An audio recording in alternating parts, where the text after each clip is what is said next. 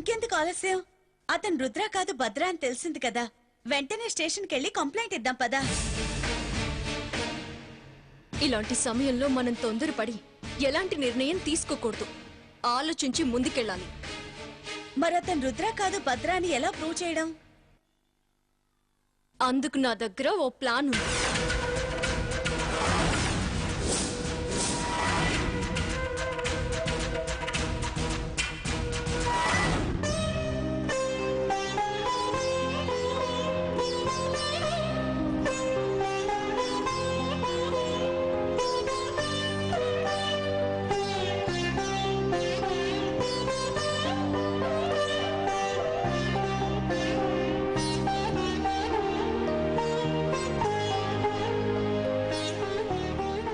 జానకి, ఏంటిది చిన్నపిల్లలా?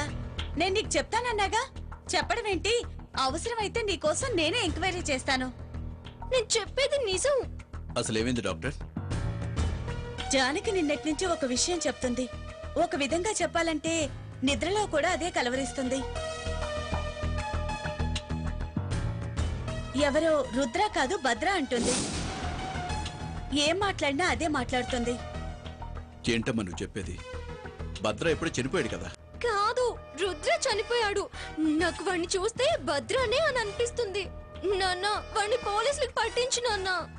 ఇప్పుడు నీకే అనుమానం ఎందుకు వచ్చిందమ్మా? నేను నిన్న వాణ్ణి చూశాను, వాడు భద్రనే.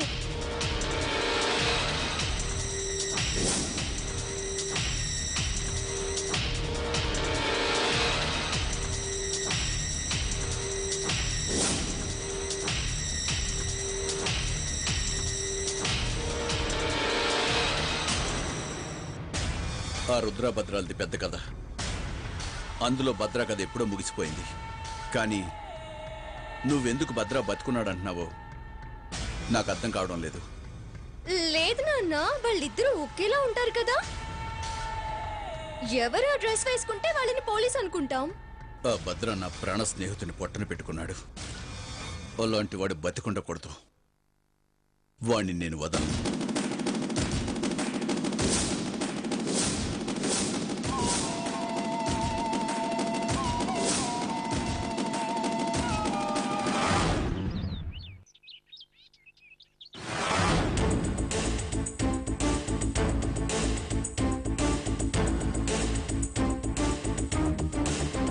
మావయ్య, ఎవరి గురించో వెయిట్ చేస్తున్నట్టున్నారు? మహేష్ని కూడా రమ్మన్నాను. తను కూడా వచ్చాక అడుగో, మాటల్లోనే మహేష్ వచ్చేశాడు. రా మహేష్, నీకోసం వెయిట్ చేస్తున్నాం. ఏంటి మావయ్య అర్జెంటుగా రమ్మన్నారు? ఫోన్లోనే విషయం చెప్పమంటే ఇంటికి రమ్మన్నారు. ఈ విషయం ఫోన్లో డిస్కస్ చేసేది కాదు మహేష్. ప్రాబ్లం ఏదో సీరియస్ అయి ఉంటుందని ఎక్స్పెక్ట్ చేశాను మావయ్య. విషయం ఏంటో చెప్పండి. నాకేదో టెన్షన్గా ఉంది. మ్యాటర్ ఏంటో కొంచెం త్వరగా చెప్పండి మావయ్య. మనం అందరం అనుకున్నాడు భద్ర చనిపోలేదేమో అని నాకు అనుమానంగా ఉంది.